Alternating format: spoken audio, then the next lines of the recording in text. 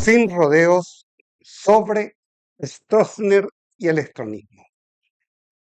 Un libro que publiqué por primera vez hace como 18 años y hace como 17 años el diario Última Hora tuvo la feliz idea de pedirme publicarlo con imágenes, o sea, ilustrado, con un material ilustrado. Lo hicimos en más de 500 páginas ilustradas y está totalmente agotada la edición de 50.000 ejemplares. Yo creo que de mis libros, el que más vendió tuvo que haber sido él.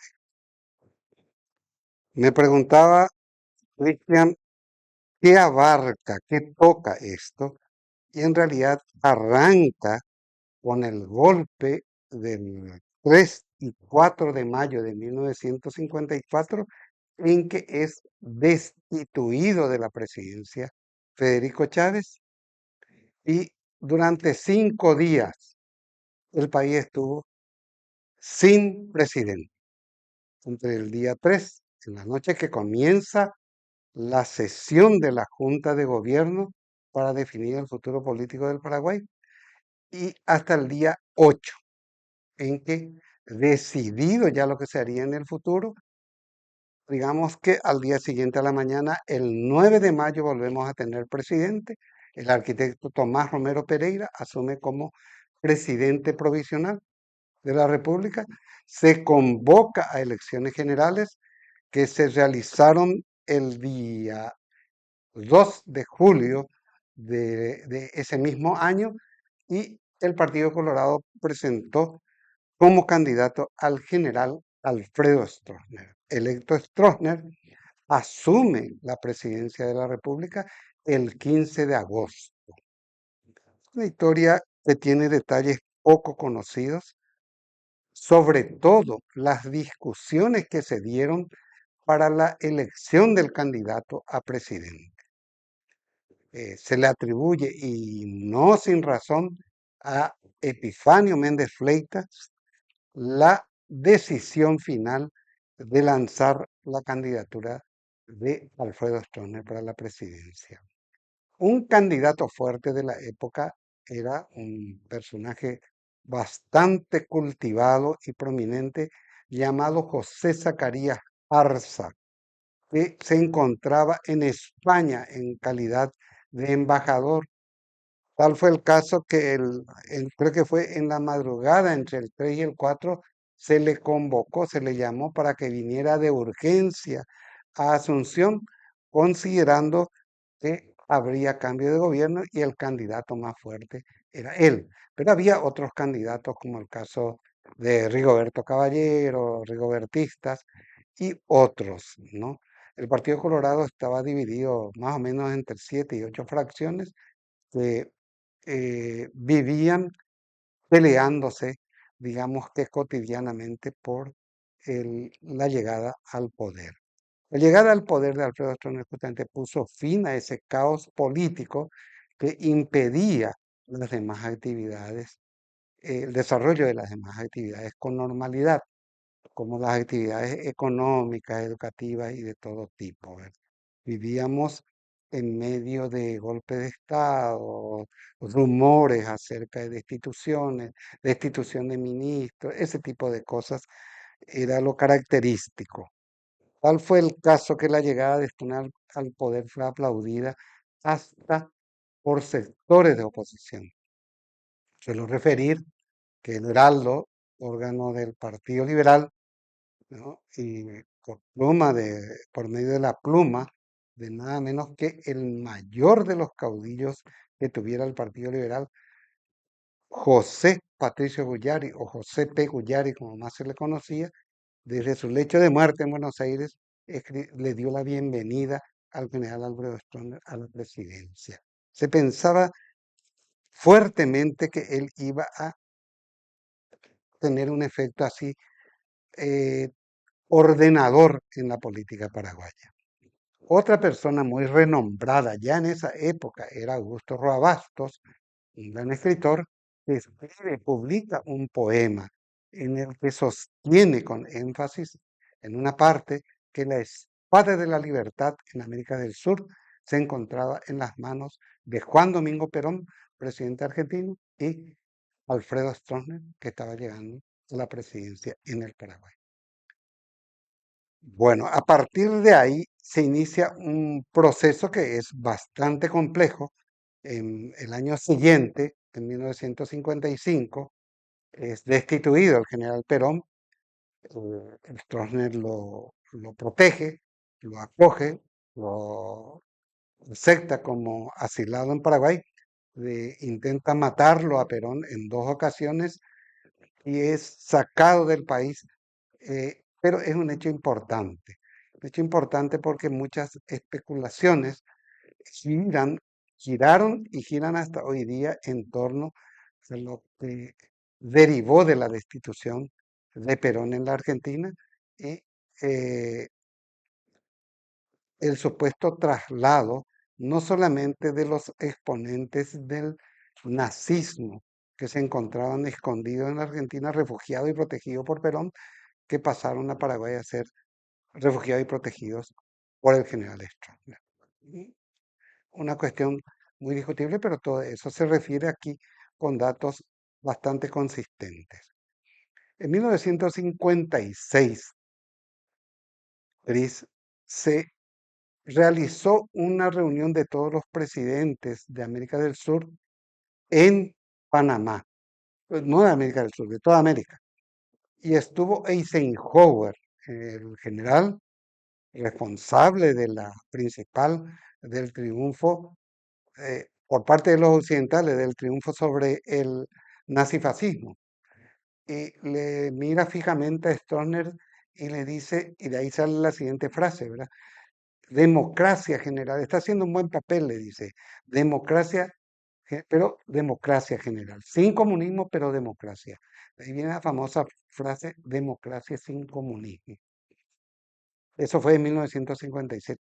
Eso se trató de llevar adelante a través de lo que yo sepa, solo se aborda en este libro, en ningún material más, las gestiones de Púnzolo.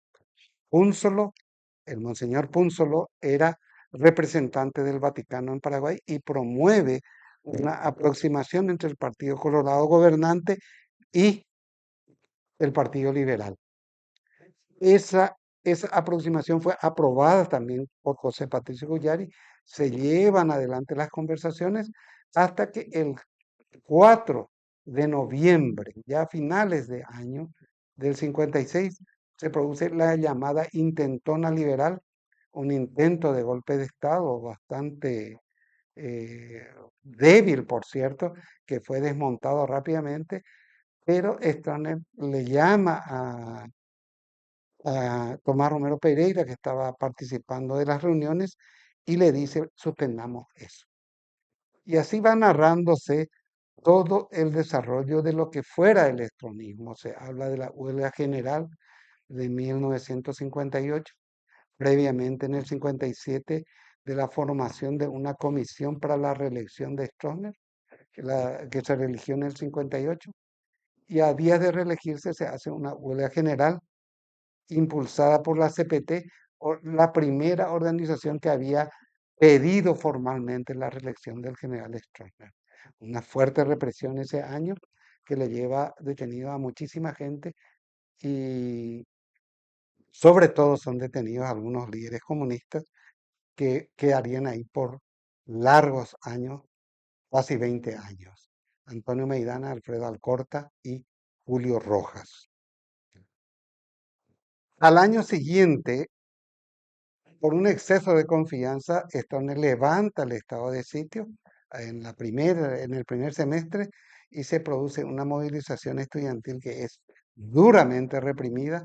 Se clausura el Congreso, la Cámara de Representantes en rigor, y son expulsados literalmente del país los dirigentes colorados que apoyaron a estas movilizaciones estudiantiles. Después vendrá la guerrilla de los años 60 y todo un proceso, una serie de procesos bastante traumáticos que culminan bien hacia comienzos del 70, en que se dan en paralelo dos situaciones absolutamente contradictorias.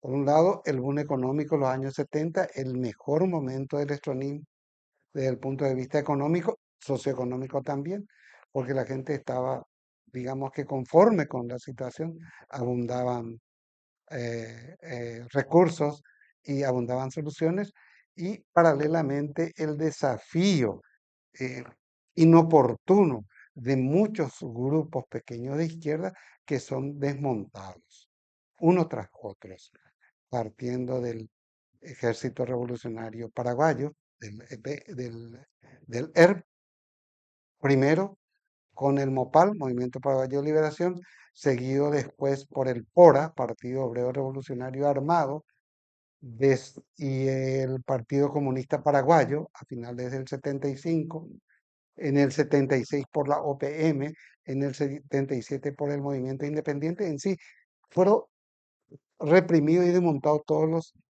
mecanismos que desafiaban al estronismo en su mejor momento. Eh, Se habla de la llegada de Jimmy Carter al poder en los Estados Unidos y el inicio de la aplicación de la llamada política de los derechos humanos. Apostaban a la redemocratización de toda América Latina. En Paraguay no se podía llevar al punto, por lo menos por manos de sectores de oposición, por lo que se tuvo que promover la división del Partido Colorado, que se divide desde el comienzo de 1980, y se llega a un enfrentamiento crucial en el 87 con la famosa convención de la que fue echada el caudillo colorado Juan Ramón Chávez, empujones por los estronistas combatientes y consecuentes hasta las últimas, eh, eh, combatientes hasta las últimas consecuencias. ¿Sí? Y se habla ahí del proceso que lo lleva fuera del poder también, su destitución. A la edición de Última Hora se le acopló un libro que yo publiqué en paralelo a este, que es un libro un poco más breve. Este tiene cerca de 350 páginas y el otro tiene 200 páginas, es una biografía de Stroessner que se llama Stroessner, la historia. ¿Sí? Un complemento eh, importante para entender toda la fuerza del estronismo. Esta edición del 2025 dice en la tapa que es una edición corregida y aumentada porque le agregué dos capítulos para mí esenciales. Uno que responde a una pregunta, a la siguiente pregunta. Responde a la siguiente pregunta. ¿Por qué derrocaron a Stroessner? Y se explica ahí todo el boom de los años 70, la emergencia de sectores empresariales que tarde o temprano iban a reclamar poder político similar a su poderío económico como una de las causas de fondo.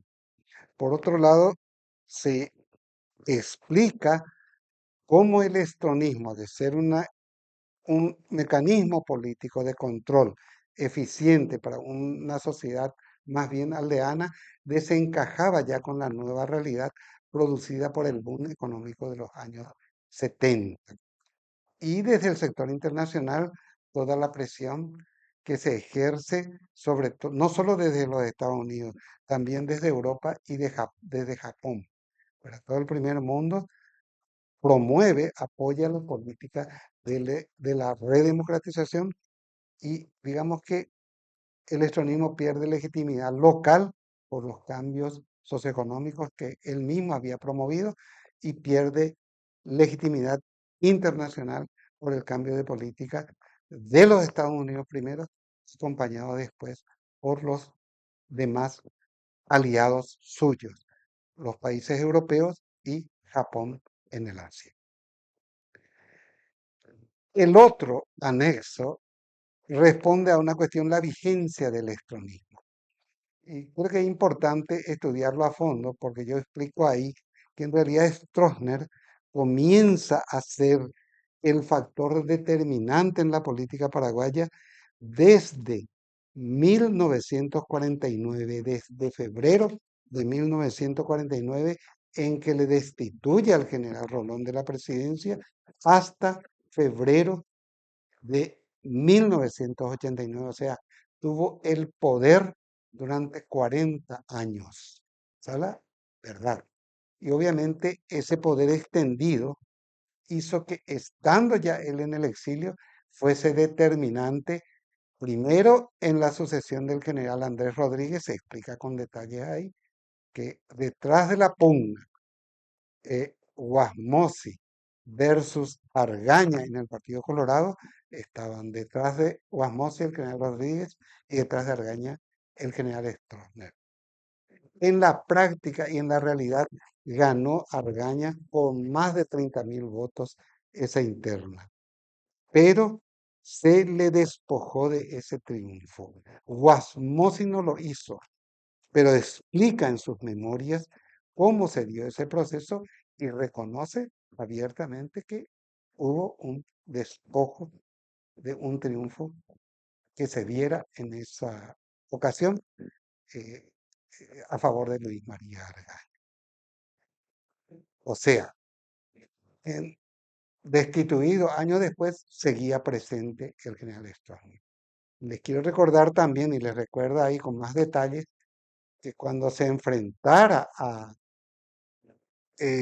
Nicanor Duarte Frutos, Osvaldo Domínguez Dip, o DD, terminaba sus actos con un "viva el general Stroessner", ¿no? Una cosa así, eh, que daba muestras claras de la vigencia del estronismo. Se expresa también con la elección de Marito como Mario Aldo Benítez, hijo, como presidente, hijo de uno de los principalísimos colaboradores del general Stroessner. Y de hecho, él no solamente eh, no negaba el estronismo, sino que lo reivindicaba. Y el día en que asumió como presidente, antes de ir al acto de Asunción, fue a visitar la tumba de su padre, reivindicando el estronismo y sus obras. ¿No? Tal es el caso, y yo concluyo en el libro con eso, que algunos sectores no muy bien ubicados de la oposición llegaron a sostener que Mario Aldo Benítez, hijo Marito, que se declara estronista, podría ser el elemento aglutinador de todos los sectores de oposición. O sea, la vigencia del estronismo se extiende, y obviamente se extiende por mucho tiempo, porque fue la persona que por más tiempo gobernó el Paraguay, y probablemente uno de los que por más tiempo gobernó un país en todo el mundo.